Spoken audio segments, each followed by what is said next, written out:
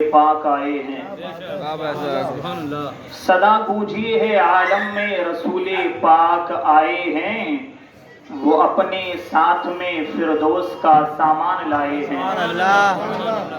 صدا گونجی ہے عالم میں رسول پاک آئے ہیں، وہ اپنے ساتھ میں فردوس کا سامان لائے ہیں، اور حبل سجدے میں جھک کر کہہ رہے تھے سبھی آپس میں، حبل سجدے میں جھک کر کہہ رہے تھے سبھی آپس میں، پڑھو کلمہ محمد مصطفیٰ تشریف لائے ہیں، پڑھو کلمہ محمد مصطفیٰ تشریف لائے ہیں، اور میرے آقا نہ آئے تھے تو دنیا میں اندھیرا تھا، میرے آقا نہ آئے تھے تو دنیا میں اندھیرا تھا، محمد ہی کے آنے سے یہ عالم جگمگائے ہیں، محمد ہی کے آنے سے یہ عالم جگمگائے ہیں۔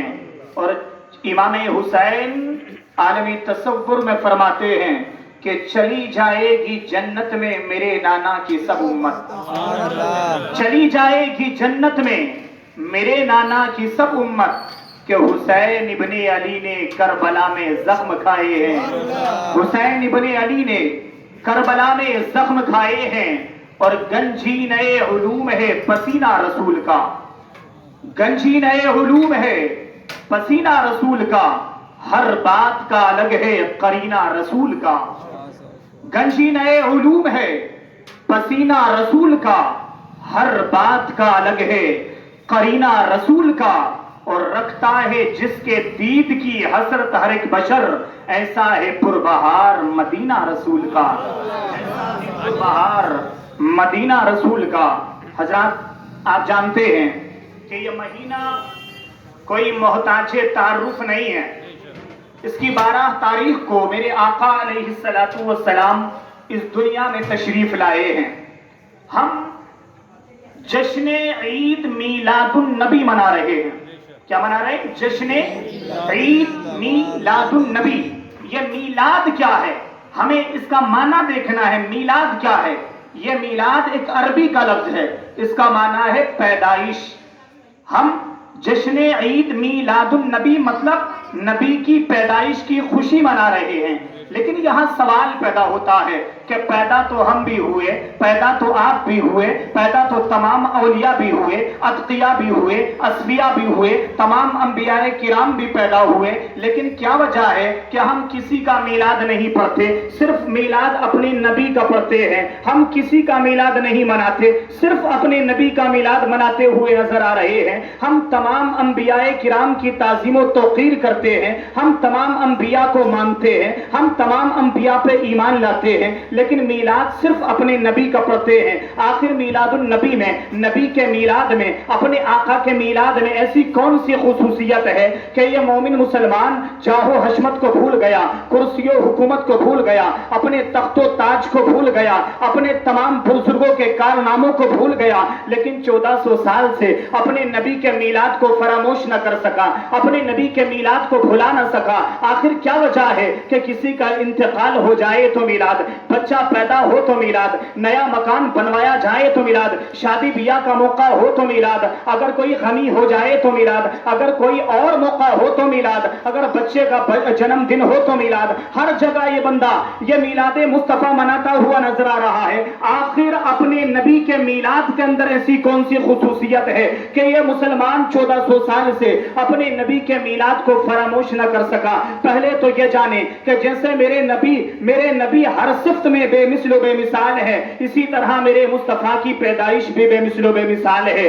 ہم بھی پیدا ہوئے، آپ بھی پیدا ہوئے، ہم اور آپ جب پیدا ہوئے تھے، ہمارا اور آپ کا پیدا ہونے کا انداز جدا گانا تھا، ہماری مٹھیاں بند تھی۔ ہم نے دنیا میں آنے کے بعد رو رو کر کے اپنی زندگی کا اعلان کیا، جب تک ہم روئے نہیں تھے، بلبلائے نہیں تھے، چلائے نہیں تھے، گھر والے پریشان تھے، ماں بھی ٹینشن میں تھی، باپ بھی ٹینشن میں تھا، رشتہ داروں احباب بھی پریشان تھے کہ نہ جانے بچہ زندہ پیدا ہوا ہے یا مردہ پیدا ہوا ہے. جیسے ہم دنیا میں آئے رو رو کر کے ہم نے اپنی زندگی کا اعلان کیا. ماں بھی خوشیاں منا رہی ہے, باپ بھی خوشیاں منا رہا ہے, رشتہ داروں احباب بھی خوشیاں منا رہے ہیں کہ بچہ زندہ پیدا ہوا ہے. لیکن یاد رکھیں اسی زمین کے اوپر, اسی آسمان کے نیچے ایک ایسا بچہ بھی پیدا ہوا ہے جو روتا ہوا نہیں, بلبلاتا ہوا نہیں, چلاتا ہوا نہیں, بلکہ روتے ہوئے کو ہنساتا ہوا آیا ہے. آپ کہیں گے کہ وہ بچہ کون ہے, وہ کس کا بیٹا ہے, وہ کس کا لال ہے؟ تو میں کہوں گا کہ وہ عبداللہ کا بیٹا ہے, وہ آمنہ کا لال ہے, وہ فاطمہ کا بابا ہے, وہ حسن و حسین کا نانا ہے.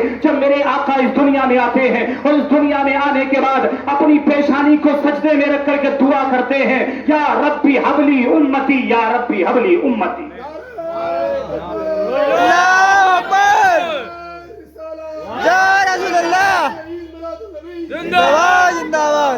میرے مصطفیٰ علیہ الصلوۃ والسلام نے دنیا میں آتے ہی دعا فرمائی, لیکن دعا کا انداز بھی پیارے ملاحظہ کیجئے گا کہ میرے مصطفیٰ نے دعا فرمائی ہے, لیکن دعا کس کے لیے کی ہے؟ اپنے باپ عبداللہ کے لیے دعا نہیں فرمائی, اپنے دادا عبد المطلب کے لیے دعا نہیں فرمائی, اپنی ماں آمنہ کے لیے دعا نہیں فرمائی, اپنی بیٹی فاطمہ کے لیے دعا نہیں فرمائی, اپنے نواسے حسن و حسین کے لیے دعا نہیں فرمائی ہے, بلکہ مصطفیٰ نے اس دنیا میں قدم رکھتے ہی جو سب سے پہلے یاد کیا ہے, جو سب سے پہلے دعا فرمائی ہے, وہ کسی اور کے لیے نہیں بلکہ اپنی اس امت کے لیے دعا فرمائی ہے. یہی وجہ ہے کہ 1400 سال سے یہ امت اپنے نبی کے میلاد کو فراموش نہ کر سکی ہے.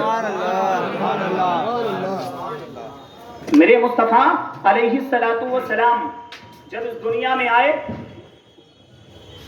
تو روتے ہوئے نہیں بلکہ روتے ہوئے کو ہنساتے ہوئے. آخر بچے جب دنیا میں آتے ہیں تو یہ روتے ہوئے کیوں آتے ہیں؟ یہ بچے روتے ہوئے کیوں آتے ہیں؟ ہر بچہ, ہر پیدا ہونے والا بچہ یہ اسلام کی فطرت پہ پیدا ہوتا ہے. شیطان کو تکلیف ہوتی ہے, اپنی انگلی کا ناخن بچے کی کوک میں مارتا ہے, جس کی تکلیف سے بچہ روتا ہے. لیکن جب میرے آقا کی ولادت ہوئی, آج شیطان کی یہ مجال نہیں ہے کہ مصطفیٰ جان رحمت کی کوک میں انگلی مار دے. تمام زمانہ مسکرا رہا تھا, شیطان بیٹھ کے رو رہا تھا. پوچھا گیا اے شیطان تو کیوں روتا ہے؟ تو کہتا ہے اس لیے روتا ہوں کہ اب تک تو لوگوں کو میں اپنے آگے جھکاتا تھا, لیکن اب میرے آگے سے اٹھا کے خدا کے سامنے جھکانے والا نبی پیدا ہو گیا.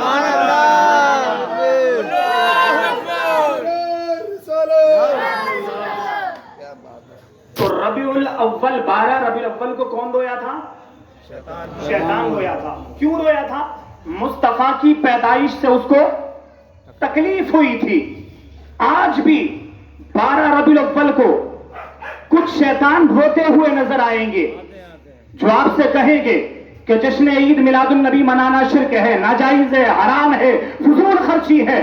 لیکن انہیں اپنے بیٹے کے برتھ ڈے پہ اپنی بلڈنگیں سجاتے ہوئے, قمقمے لگاتے ہوئے اس وقت انہیں فضول خرچی کیوں نظر نہیں آتی؟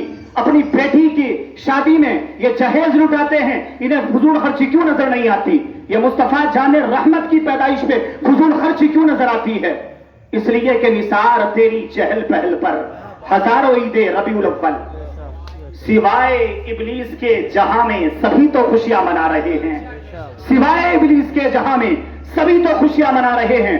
اور حضرات میرے مصطفیٰ علیہ الصلوۃ والسلام جب اس دنیا میں آئے تو کیا کرتے ہوئے؟ سجدہ کرتے ہوئے. کیا کرتے ہوئے؟ سجدہ کرتے ہوئے.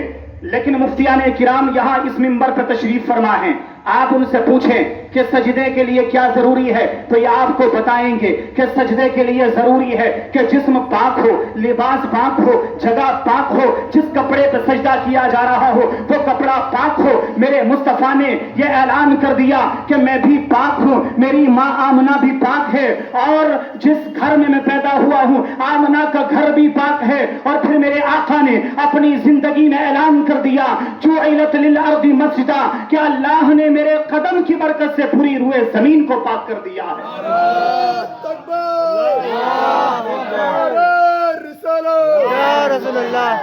پوری روئے زمین کو مسجد بنا دیا ہے.